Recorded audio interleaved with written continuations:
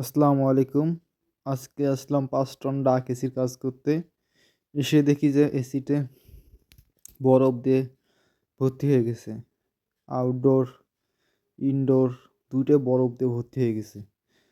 ১ম এ ইনডোরে না যেয়ে আউটডোরে আসলাম। আউটডোরের টাইমারটা খুলে দিলাম, দিয়ে বরফগুলো ছাড়াইতে চেষ্টা করছি। দেখেন টার্মিনাল সব সহ বরফ হয়ে গেছে। এমন বরফ আমি কখনো আর দেখিনি। বরফগুলো ছাড়াই নেই, কোথায়, কোথায় ছাড়াই। হিউজ পরিমাণ বরফ। দেখেন উপরেটা খুব শক্ত, ছাড়া যাচ্ছে না। ভিতরে অবশ্য নরম আছে, পাইপের সাথে নরম। উপরের বরফ অংশটা খুব শক্ত। দেখেন কত বরফ, কত বরফ। এই দেখেন পাইপটার মধ্যে কত বরফ, কত শক্ত। কোথায় কোথায় ছাড়াচ্ছি। হ্যাঁ, তো বরফ হওয়ার কারণ হচ্ছে ইনডোরটা চলেনি। না চলার কারণে আউটডোর চলছে, কম প্রেশার চলার কারণে বরফ আসছে। তাদের একটু পরে আমি ইনডোরে নিয়ে যাব, ইনডোরে দেখাবো। এই দেখেন কত বরফ, বুঝছেন কত বরফ।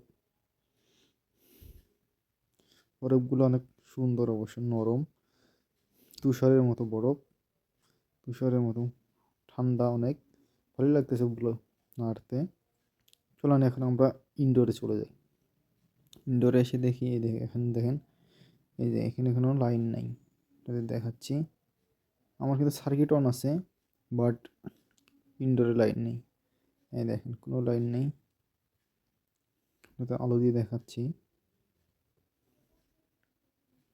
কোনো লাইন নেই। আমার সার্কিট কিন্তু অন আছে, সার্কিটটা পাওয়ার আছে, বাট আউটডোরে লাইন ছাড়ছে, বাট ইনডোরে লাইন ছাড়েনি সার্কিট। দুটোটা সার্কিটের সমস্যার কারণে এই সমস্যাটা হয়েছে। কোনো লাইন নেই, কোনো লাইন নেই। সার্কিটে দেখাই, এই যে কন্ট্রোলার, এটা আমার কন্ট্রোলারে লাইন আছে। এটা কেরিয়ার কোম্পানির একটা এসি, কেরিয়ার কোম্পানির আস্টনের ডাক এসি। এটা ডাকটা তো আপনাদের দেখাইলাম, সিলিংয়ের সাথে ঝুলানো আছে। পাওয়ারটা অফ করে দেই, পাওয়ার বাটন চেপে অফ করে দিলাম, দেওয়ার পরে আবার অন করে দিই। অন করার সাথে সাথে আমার এই যে ইনডোর চালু হয়ে গেছে। ইনডোর কিন্তু শব্দ করতেছে, বুঝতে পারবেন না, শব্দ হচ্ছে কিন্তু। এখন দেখেন লাইন এসে হচ্ছে। মূলত সমস্যা এটাই হয়েছে যে ইনডোরে লাইন না আসার কারণে আউটডোরে লাইন থাকছে, আউটডোর চলার কারণে এই বরফটা এসে গেছে। ইনশাআল্লাহ এখন সব সমাধান হয়ে যাবে। আল্লাহ হাফেজ।